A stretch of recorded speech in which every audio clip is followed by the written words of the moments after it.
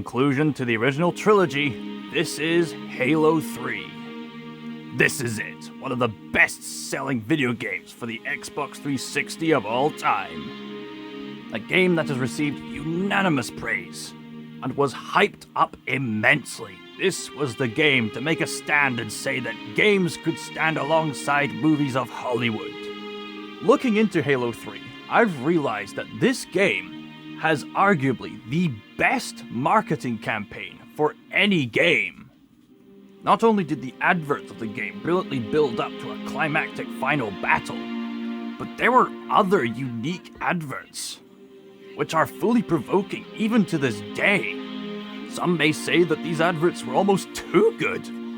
There were several adverts where they hired elderly men to portray soldiers who used to fight alongside Master Chief, saying that he's now gone, but the Chief was an inspiring symbol of hope amidst all the despair, truly hyping up the player's expectations to play as this hero. And they have the inspiring famous quote that haunts the franchise: "Spartans never die, they're just missing in action." The game itself can still be quite cheesy at times, yet these elderly men took their live-action roles seriously, like veterans from a life-changing experience.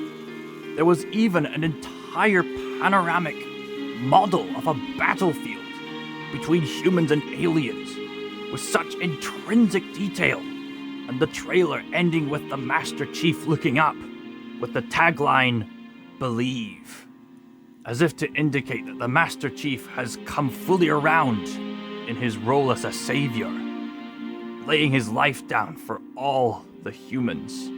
Bind that with the other tagline in the marketing, "Finish the fight," you've got yourself a generation of players eager to finish off this classic trilogy. And did it pay off well? Yes and no.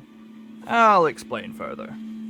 After the events of Halo 2, the Master Chief is reunited with his human comrades, who are now teaming up with the Arbiter and the Elites to take on the brutes that betrayed the Elites and to stop the Prophet of so-called truth from activating the Halo rings. This time the Prophet intends on activating all of them at once via a single place referred to as the Ark. And whilst all this is happening, the parasitic flood intervenes and causes more trouble in the conflict. And because Cortana had to stay behind on a certain ship in the previous game, there is a lot of build-up to being reunited with Cortana. The latter element works well as a narrative device, especially when visions of Cortana appear to haunt the Master Chief during gameplay. It's quite clever as Cortana isn't physically with you, so the game designers built another mechanic to build the relationship between Master Chief and Cortana, and building up to the urgency of rescuing her. I know some can find this element annoying, especially when the Gravemind also pulls this off, but personally, I found it very engaging. It builds a bond between Master Chief and Cortana, and adds a grandiose threat level to the Gravemind who's in charge of the Flood. What's interesting is that we never see the Gravemind's face, if you can even call it that, in this game, as we've already seen him in person in the previous game, and he's tortured poor Cortana during Master Chief's absence. This game does an excellent job at showing how threatening the Flood is on an intellectual basis. The rest of the narrative and presentation works at its best when it's being epic, and almost not apologizing for it.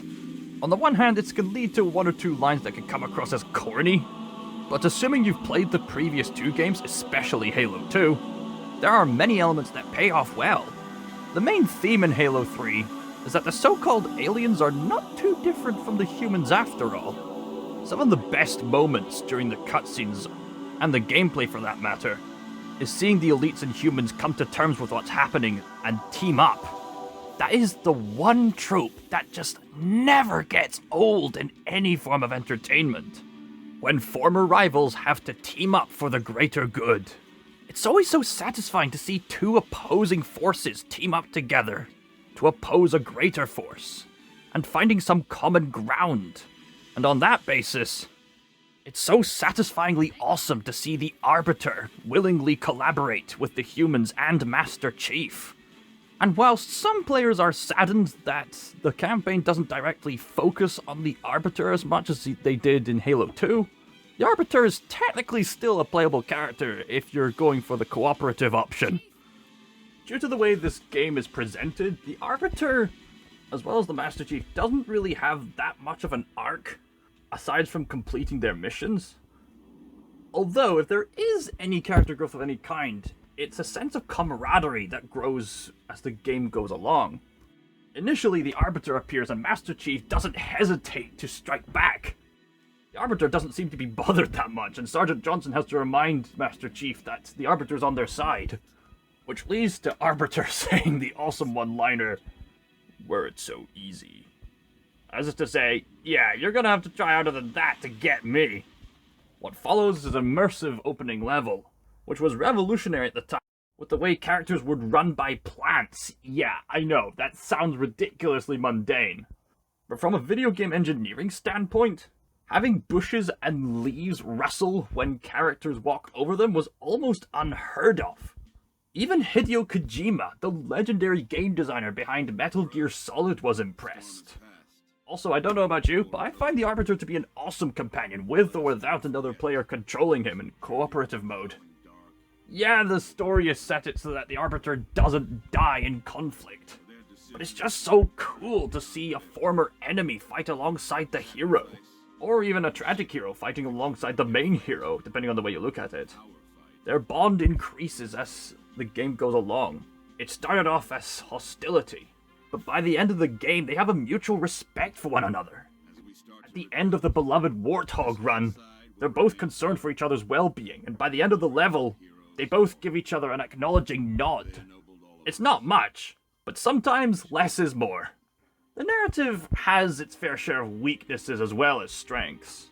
Some of the climaxes still feel a bit anticlimactic, but thankfully nowhere near as anticlimactic as Halo 2. Unlike the previous game, this game does wrap up all loose ends quite well. Well, until the next games would come along. And as mentioned before, there isn't really much character arcs to be seen here. And we don't really get into anything as thematically deep as the build-up in Halo 2. Not to mention, the Prophet of Truth has somewhat of a drastic change in character, whereas in the previous game he was a conniving politician. Here he's just not very subtly a twirly mustachy kind of villain. Not that he's completely different from who he was. It's just a tad bit out of character. I would have liked to have seen more of the villains in action and the strategies they ploy. Although, there is another strength in the narrative. Spoiler alert! In one of the last levels, the Prophet of Truth has captured Sergeant Johnson to activate all the Halo rings. And as skilled as Master Chief and Arbiter are at combat, they're not going to reach the end of the hall in time, as there are too many brutes getting in the way. Not that they couldn't take them down, but they don't have enough time. But then, something very disturbing happens. The Gravemind, controlling the Flood, intervenes, and calls for a very brief, short-lived truce between the Flood and Master Chief and Arbiter. Because both parties want to survive, so the Flood agrees temporarily not to kill Master Chief and Arbiter, for the sole purpose of preventing the Halo rings from being activated. Leading to a very unlikely, and quite frankly, very disturbing alliance, where you charge along the hallways with the Arbiter and the Flood by your side, disturbingly taking down the brutes as you go along. And take a wild guess as to what happens after both parties achieve their goal. Chief? Can you No, hear me? really, guess. It's not really that much of a big surprise. The Gravemind betrays Arbiter and Master Chief. This builds the threat level of the Flood not only as dominating, but also frighteningly intelligent. Although, speaking of the Flood, the second last level was quite tiresome to get through. I know we're in the nest of the enemy, but there's this one portion that got me so frustrated I just had to skip it in order to get to the final level.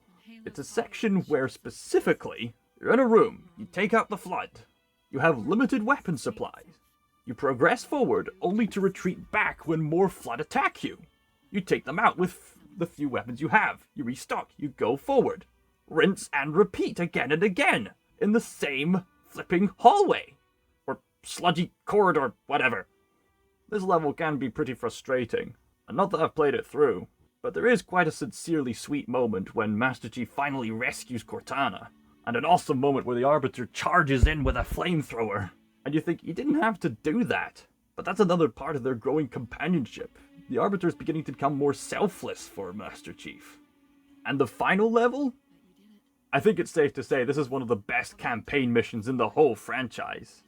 Not only was every moment in the trilogy building up to this, but it's also a great way to send off the characters, the setting, and the action.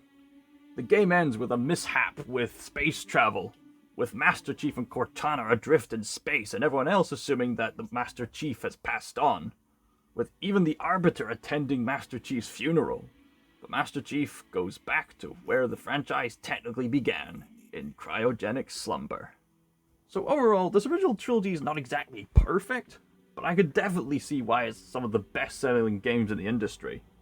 Many Halo fans prefer Halo 3 as their top favorite game in the franchise.